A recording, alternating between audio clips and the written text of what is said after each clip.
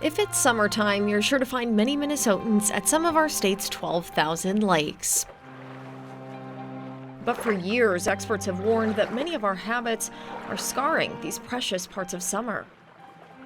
Researchers are releasing new data that shows that nearly 50% of Minnesota's natural shorelines have vanished. That's shocking data that puts decades of Midwest tradition at risk. And now lake property owners are asking themselves, what can I do to improve our water? At Gull Lake, something special is happening. A movement of sorts is starting to spread, and one woman is encouraging others to make a difference. So where have our shorelines gone? Who's responsible? And what are we doing to restore our state of water?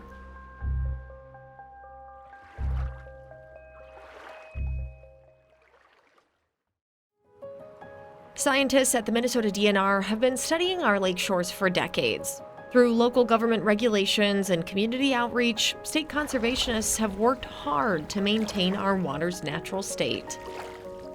Unfortunately, over time, many of those efforts have failed to adequately protect the precious resource.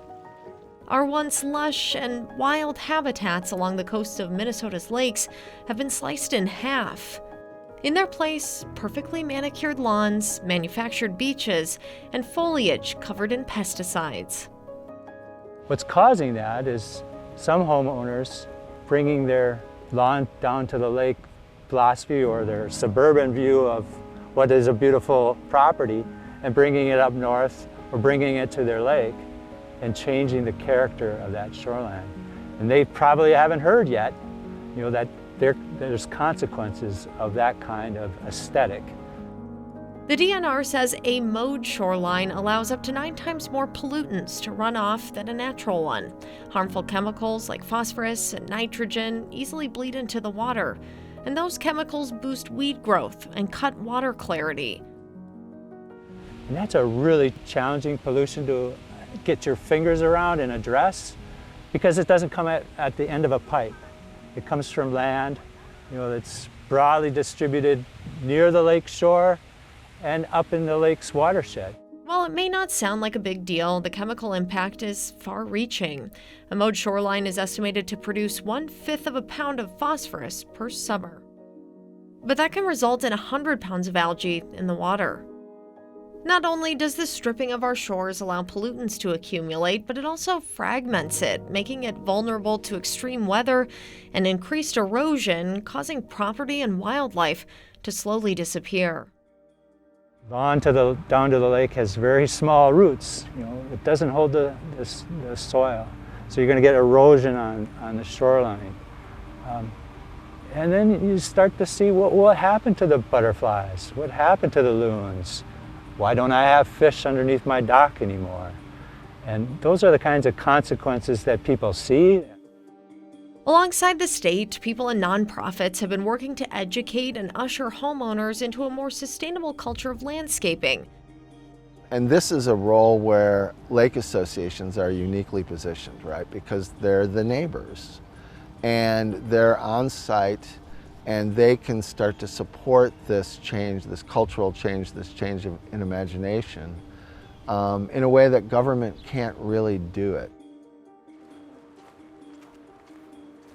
Even for active members of lake associations like Dorothy Whitmer, the true impact of their own shoreline can be lost on them. In 2016, Whitmer received an email with a quiz that allowed her to rate the stewardship of her family's Lake Michigan property. I thought, I could rate my shoreline. I have a perfect yard with fertilizer and pesticides, and I'm going to ace this quiz. 35 questions later, I had a score that was pitiful. And I was just so disappointed. And I thought, now what? And it was the 3-year search for an answer to that question that got me into lake stewardship. The results made her question the landscaping at her home on Gull Lake as well. But also it made me motivated. I wanted to do something to protect the lake. And so I thought, well, how can we get this quiz out to other lakeshore owners who might want to do the same thing? And you do that through lake associations, and I happen to be a volunteer for the Gull Chain of Lakes Associations. After years of research and writing, Dorothy and the Gull Chain of Lakes Association developed their own version of the Score Your Shore quiz with just 4 easy questions. They sent out the first Lake Steward quiz on Memorial Weekend of 2019 to more than 600 members of the association. And I really wanted people to respond, but I thought if we just get a handful of answers, we'll be okay. And so I waited 3 days and finally I peaked and we had 103 responses to this quiz. And it was so thrilling we had our people then.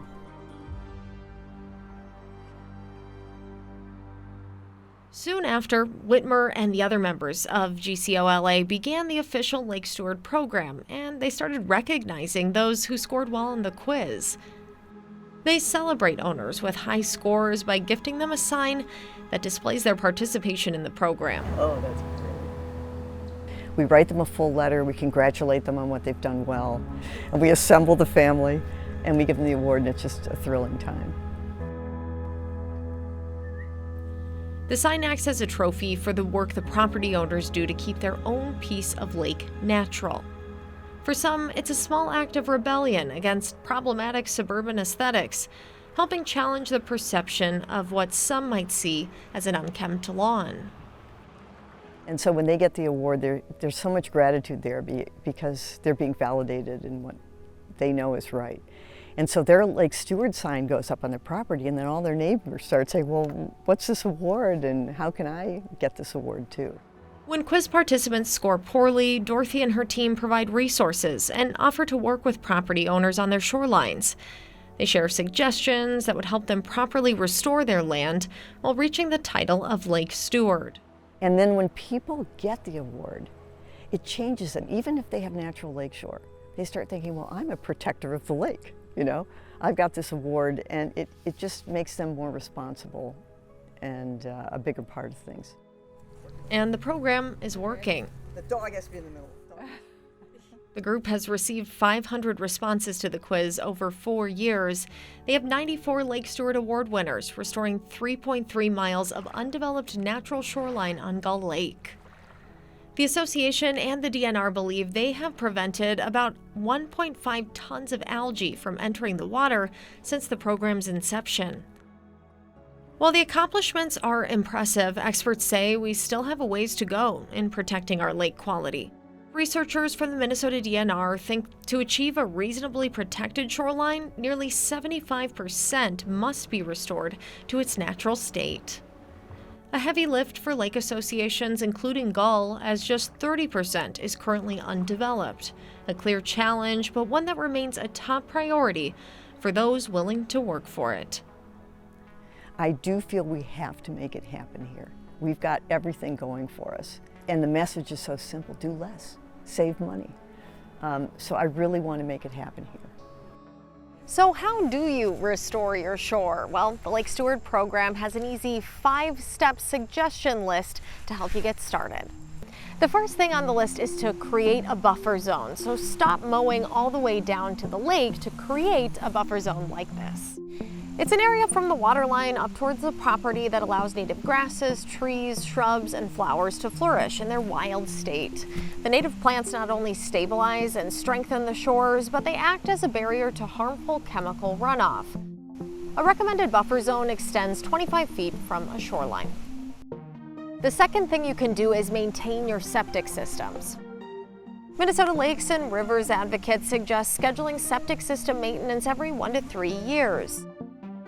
The third thing is to reduce hard surfaces like concrete, patios, and walkways, because that stops rainwater from soaking into the land, and it also carries runoff that can potentially have harmful chemicals into the lake. So a better solution is considering something like stepping stones or pavers. The fourth thing is to dispose of any pet or fire pit waste. And finally, number 5, allow fallen trees to stay just where they are. Fallen trees can create important habitats for the lake's ecosystem. The turtles, frogs, birds, and fish will thank you.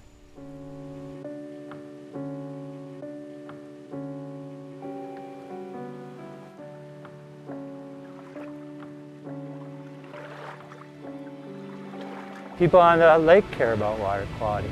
I think I haven't met anybody in the state of Minnesota yet that says, you know what, to heck with water quality. I don't care about it. I hear lake homeowners saying, I care about it. We just need to align their actions with their value. For those that want to help nature rebound even faster, planting your own native vegetation around the shoreline increases the strength of root systems, attracts pollinators, and adds depth to that important buffer zone. Well, I'm in the water all the time and on the water, and it's just one of the great joys of my life, and I can't imagine letting that go. I can't imagine we're heading for impairment with what we're doing, and I can't sit by and let that happen. So it's something that I need to do.